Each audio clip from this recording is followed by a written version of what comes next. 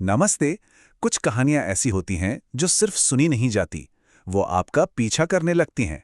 आज हम एक ऐसी ही कहानी के अंदर उतरेंगे जहां एक छोटी सी पुरानी सी किंवदंती एक इंसान के लिए एक कभी ना खत्म होने वाला श्राप बन जाती है। तो चलिए जानते हैं कि आखिर ये 1/11 का हिसाब है क्या, और इसकी कीमत आखिर चुकाता कौन है। तो कहानी शुरू होती है एक ऐसे कस्बे से जिसे शायद दुनिया भूल चुकी है।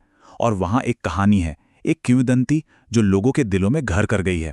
कहते हैं कि वहां एक पुराना सा घर है और उसके दरवाजे पर एक पीतल की घंटी लगी है जो हर रात ठीक एग्जैक्टली 1:11 पर अपने आप बज उठती है, बिना किसी हवा के, बिना किसी हाथ के। लेकिन सोचिए, क्या हो अगर ये आवाज सिर्फ एक डरावनी कहानी न हो? क्या हो अगर ये कोई चेतावनी नहीं बल्कि एक गिनती हो, एक काउंटडाउन, एक ऐसी गिनती जिसका हर अगला नंबर किसी और की किस्मत का फैसला करता हो। तो अब कहानी में आता है हमारा मेन कैरेक्टर, एक ऐसा इंसान जो इन सब कहानियों पर आप कह सकते हैं यकीन नहीं करता। वो अपने काम से इस कस्बे में आता है और ये कस्बा भी मतलब अजीब ही है। एक ऐसी जगह जहां सूरज ढलते ही सन्नाटा पसर जाता है और ऐसा लगता है मानो हर पुरानी कहानी हवा में जिंदा हो उठी हो, भले ही कोई माने या ना माने। और इस पूरी कहानी का सेंटर पॉइंट वो है एक वीरान सी गली के बिल्कुल आखिर में खड़ा एक टूटा फूटा सा मकान। और उस मकान के दरवाजे पर क्या है? पीतल की एक छोटी सी बिल्कुल मामूली सी दिखने वाली घंटी, जो असल में एक बहुत बड़े खौफ की जड़ है। और यहीं से हमारे उस कैरेक्टर का, जो किसी कहानी पर यकीन नहीं करता था, उसका विश्वास टूटना शुरू होता है। जो चीज उसके लिए अब तक सिर्फ एक सुनी सुनाई बात थी, वो अब एक ऐसी डरावनी हकीकत बनने वाली थी जिसे वो कभी नहीं चाहता था। यहां जो डर है ना, वो एकदम से नहीं आता, वो धीरे धीरे बढ़ता है।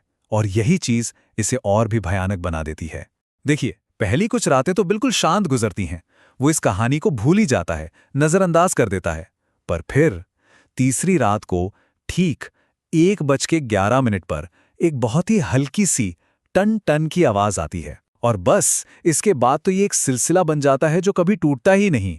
हर रात वही आवाज, वही बेचैनी और वही डरावने सपने। और जानते हैं इस डर को और भी ज्यादा क्या बढ़ाता है? उस आवाज की बदलती हुई लोकेशन।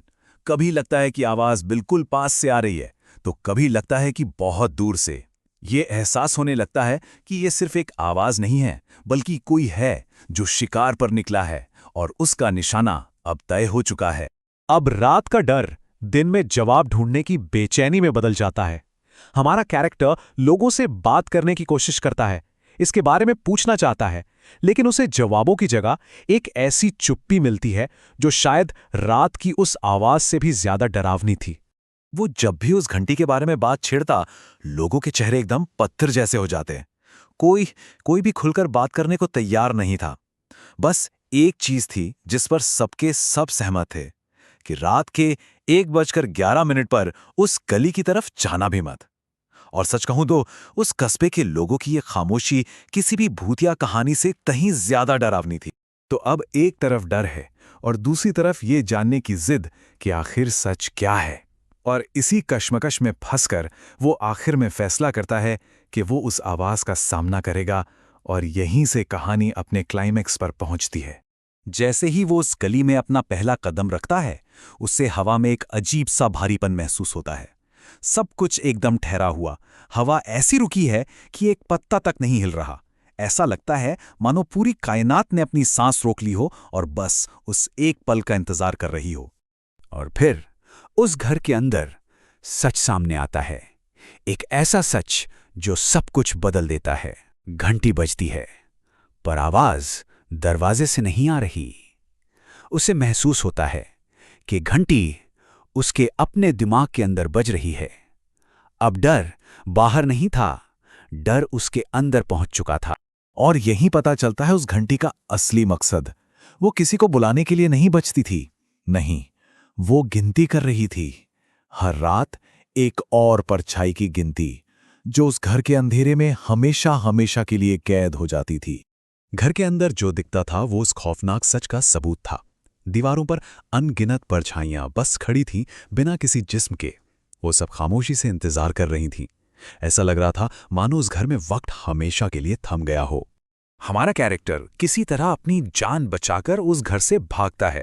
उसे एक पल के लिए लगता है कि चलो वो इस खौफ को पीछे छोड़ आया है, पर उसे बहुत जल्द ये एहसास हो जाता है कि कुछ कहानियां आपका पीछा कभी नहीं छोड़ती।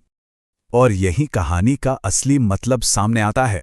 वहम यह था कि डर उस पुराने घर के अंदर बंद है, लेकिन सच तो ये था कि डर अब उस इंसान के साथ चलता है जिसने उसकी आवाज सुन ली है।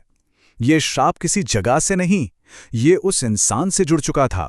महीने बीत जाते हैं, वो उस कस्बे से मीलों दूर एक नए शहर में है, लेकिन वो हल्की सी घंटी की आवाज हर रात ठीक 1:11 पर उसे आज भी सुनाई देती है। ये अब एक ऐसी गूंज बन चुकी है जो कभी खत्म नहीं होगी। और ये कहानी हम एक आखिरी और बहुत ही परेशान करने वाले सवाल के साथ छोड़ जाती है, क्योंकि जब एक की गिनती पूरी होती है तो अगली घंटी हमेशा किसी और के लिए बजती है। सवाल बस इतना सा है कि वो अगला कौन होगा।